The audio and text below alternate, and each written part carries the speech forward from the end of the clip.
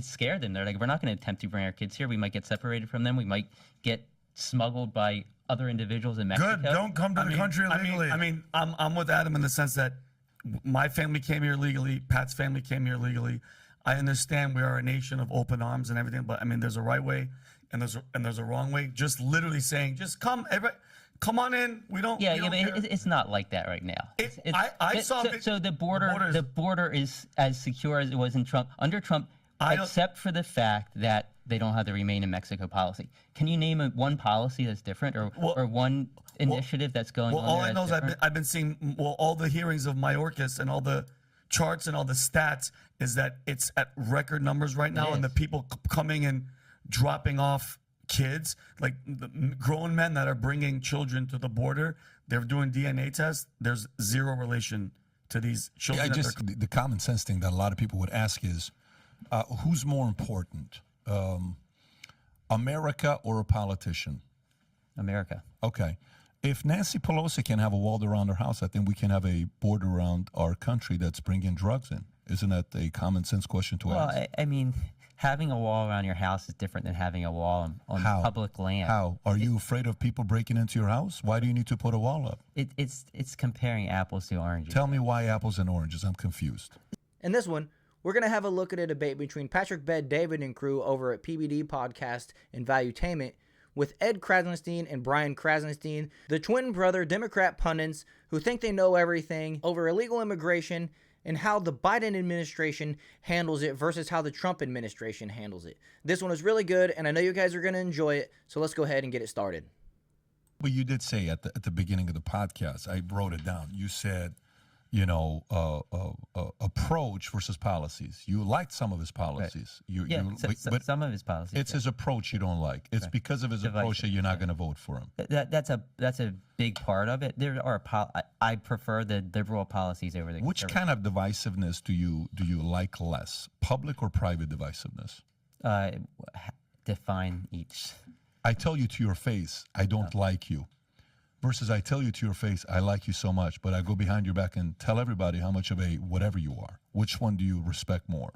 I respect the public. I do as well. Right. Yeah, that's what half the American people respect. Half the American people kind of respect the fact that he's not telling you something publicly, and if he doesn't like somebody, he's going to tell you. We as Americans, for whatever reason.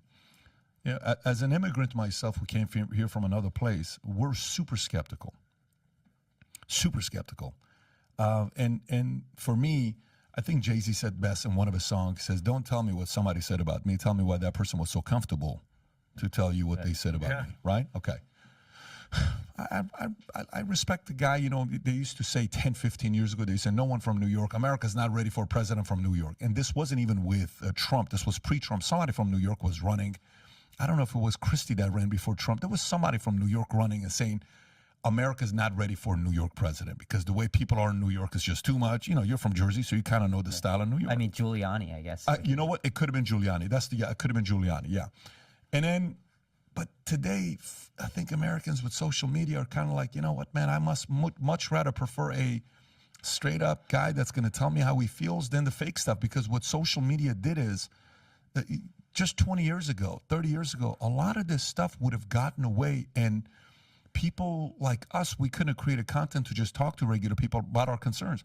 We just had to listen to those 5, 6 different channels, right? Mm-hmm. Social media actually got some of the American people to say, I prefer a guy that's going to be straight up with me than the guy that's being deceiving me or divisive. So, yeah, I mean, I can understand your point about being divisive, but man, we gotta. Yeah, no, I agree. Like I will say I respect him speaking his mind, right? Like that's fine. I think that just some of the wording he uses and the things he says can divide us, and he could say it in a different way. I don't know if I disagree. I don't know if I'm gonna sit here and say, oh, you're wrong and all this stuff. I totally get it. That's his wiring. You know how when Republicans say stuff like, if he would only stop them. Who are you to tell him he's going to change at 74 or now 70? What is he, 77 or 70? 76. How old is he right now? I don't know how old he is. 77. You think he's going to change now? No, you ain't changing this guy. So either you have to take him for who he is, you ain't changing no 77-year-old guy, right? So I get what you're saying, that maybe some of his words he says could, divide into all this stuff. Let's transition to a different thing. Can I bring up one little thing that you just said? And I think it's very important because, we are 5 dudes sitting around having a podcast. Men are way more comfortable hearing the straight up facts. Here's the fucking deal. Vinny, you look like shit today. Thanks, Adam. All right, you're good. I appreciate it. If you tell a girl that, she will lose her mind. Of course, the truth hurts. Okay, the truth hurts, and that's why they say facts don't care about your feelings. Men are a lot more comfortable hearing, the tough news, the tough pill to swallow. Like, how'd you position the question? Would you rather hear the tough news behind your back or in front of your face? How'd you word it, Pat? Okay, so men are comfortable with that. That's why, by an overwhelming margin, men vote for Trump, right? Whereas most women cannot take the cold hard truth, right? And they will, not want to hear the bad news. The whole thing with Trump was, the economy's going to shit, inflation's falling apart, gas prices, Afghanistan, everything you want to put, Ukraine, everything. Order. But no more mean tweets. Yeah. So the rhetoric is really the biggest problem, especially for women. I don't know if that's the majority of the reason why women don't vote for him. I think there's other reasons too, like abortion and Trump's comment about grabbing women, and I think there's other things at play there too. But most people vote for personality, not policies. Yeah, most people. That's would you true. agree? Yeah, I would. And they just can't handle his personality, and a lot of people can. I get it. I totally understand. But I mean, Biden doesn't have a personality. Zero. So, he doesn't even know. He doesn't even know what the hell he is. Would you acknowledge the only reason that Biden got elected was because he was not Trump? Yeah, exactly. Okay, absolutely. Nobody's rallying for Biden. Yeah. He's beatable. He's vulnerable. Nobody has Biden signs. Nobody's on the front excited lawn. about Biden. Zero. Yeah. It's just you've got 35% of the country that is obsessed with Trump. Nobody has that candidacy. Nobody has that. And you have 50% of the country that's like, yeah, I hate that guy. Yep.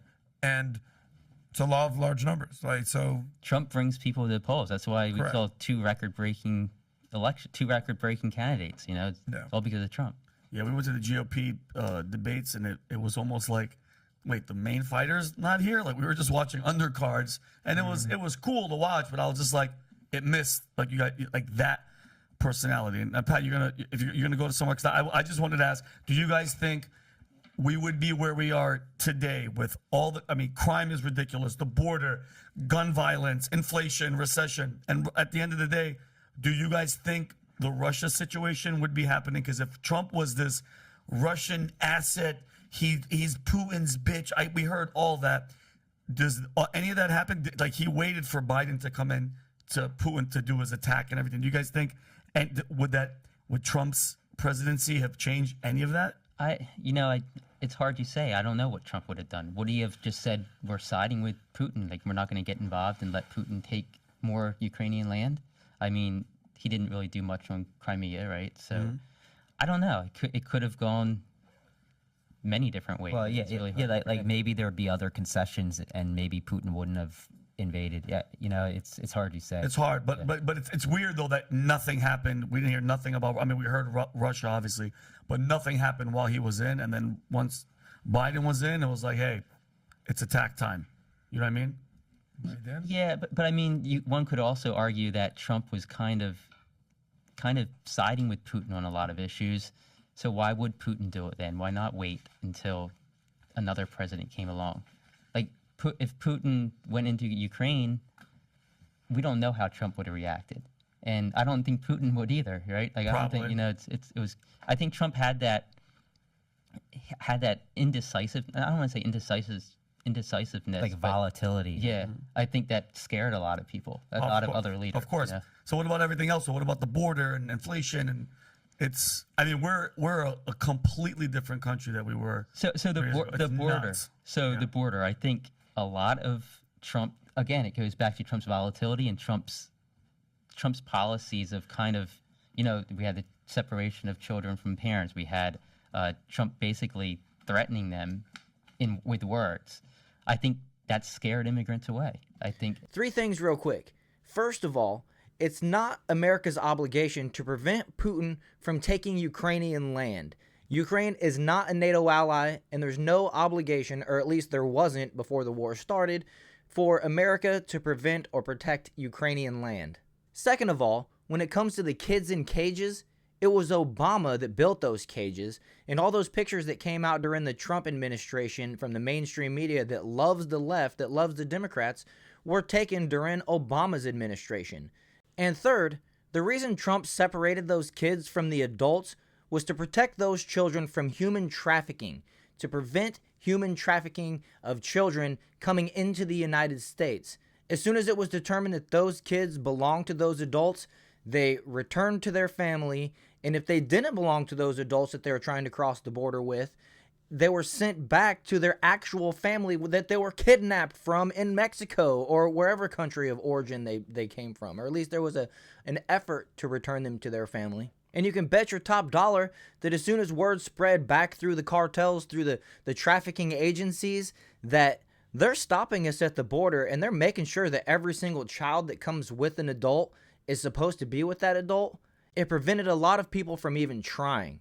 So not only did Trump's efforts reduce the number of illegal immigrants coming into our country, it reduced the amount of children being smuggled into our country by those same illegal immigrants. And now we have good influx of don't people. come. Yeah, so we have. Come legally. Good. Well, so what I'm saying is, We don't have room for you. I think he scared them by Go to your some of his sanctuary policies. cities. The Remain in Mexico policy. I think that kept people down there.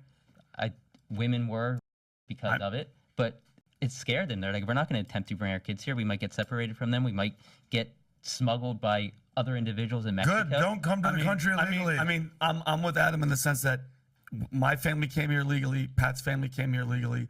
I understand we are a nation of open arms and everything, but there's a right way and there's a wrong way. Just literally saying, just come, everybody, come on in. We don't. Yeah, but it's not like that right now.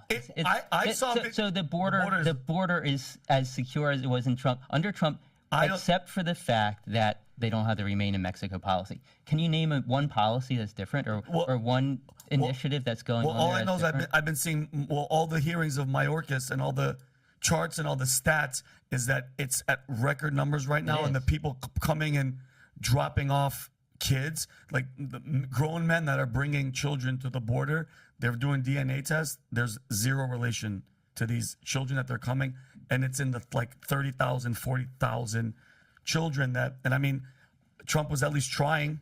Everything was against him. Everybody was like, no, the hell with you. Leave it open, leave it open, leave it open. I just saw another video. I don't know if it was in Arizona, Pat, or Texas. They've not only opened the border wall, they've, welders have gone there and they've opened it to where it's not even going to close. Yeah, but at the same time, they're still building portions of the wall. Yeah, but what good is continually building the wall if, one, they're not going to enforce the laws to protect our own borders, and two, the door is welded open? That doesn't make any sense. The issue with immigration isn't the fact that we have open borders, because they're not technically more open than under Trump. The issue is that people feel like they have a better opportunity to come here now, that they're not going to be turned down. Their kids aren't going to be separated from them. They're not going to have to remain in Mexico and worry about what could happen down there. So I think that's a huge difference, and that's why we're seeing what we're seeing right now. Well, and like you said, you're an immigrant, and you're like, my family came here. They're immigrants. Well, your family. Yeah. So like, I know a lot of people who came here years ago, and they're the same as you. They're saying, I came here legally. Like, why should we be letting these people in? And I agree. I think we definitely need to do something. What that solution is, I don't think it's build a wall. I think you have everybody on the right saying build a wall and don't really have any other solutions, and everybody on the left is saying don't build the wall, and then nobody's actually talking about the actual solutions that could happen that could actually stop some of this. It's so impressively stupid that these people can't acknowledge and recognize that Trump's border policies were working. And instead they're like, we got to find a solution. But Trump's wasn't it. It's like, dude, Remain in Mexico was it. Not only was Mexico funding and protecting our border from their side, it was forcing Mexico to defend their own borders so that people couldn't cross into Mexico, work their way up to America, and then cross through our southern border. Yeah, the common sense thing that a lot of people would ask is, who's more important, America or a politician? America. Okay. If Nancy Pelosi can have a wall around her house, I think we can have a border around our country that's bringing drugs in. Isn't that a common sense question to ask? Well, I mean, having a wall around your house is different than having a wall on public land. How? Are you afraid of people breaking into your house? Why do you need to put a wall up? It's comparing apples to oranges. Tell me why apples and oranges. I'm confused. Help me. It's a private versus public. First of all, how can you build a wall? America is a private country. They have to come here legally. Yeah, it's a private country. It's a private property to United States of America. But most of not most, but a good portion of the people that actually come here are just overstaying visas. That's not how you don't sit there and you judge it and say good portion. Where is fentanyl coming from? Yeah, but the wall's not going to stop fentanyl. The vast majority of fentanyl is coming through. Right, people are driving it through. You don't build things. A wall around your house doesn't necessarily protect the robber from coming into your house. I can come with a drone and see what you're doing. There's plenty of ways of doing it. But it minimizes the chances and it decreases. You having a gun in your house and putting a sign outside saying there's a massive pit bull here and 7 AK-47s if you walk into my house, that's going to minimize the chance of a robber coming in. But maybe 1% of the guy's going to say, I don't give a shit. I'm still coming in anyways. I want to kill your dog. And you're not going to have enough time to get your guns and I'm going to get the money. It's about the people feeling safer and protecting our homeland. Man, these Krassenstein brothers are so annoying. They act like they know everything, but really they're so dumb. Try as an American citizen going on federal public property. I mean, seriously, it's not going to work out well for you, okay? Calling federal land public property is not the same thing, even though, in my opinion, federal land should be public property. It's the public's tax dollars that fund it, but try walking on it and see what happens to you. You're going to get kicked off. You go on it again, they're going to prosecute you for trespassing, and they might even try the first time. Secondly, calling property that borders Mexico public property when we know for a fact that there's plenty of landowners who own that land and it's technically private property.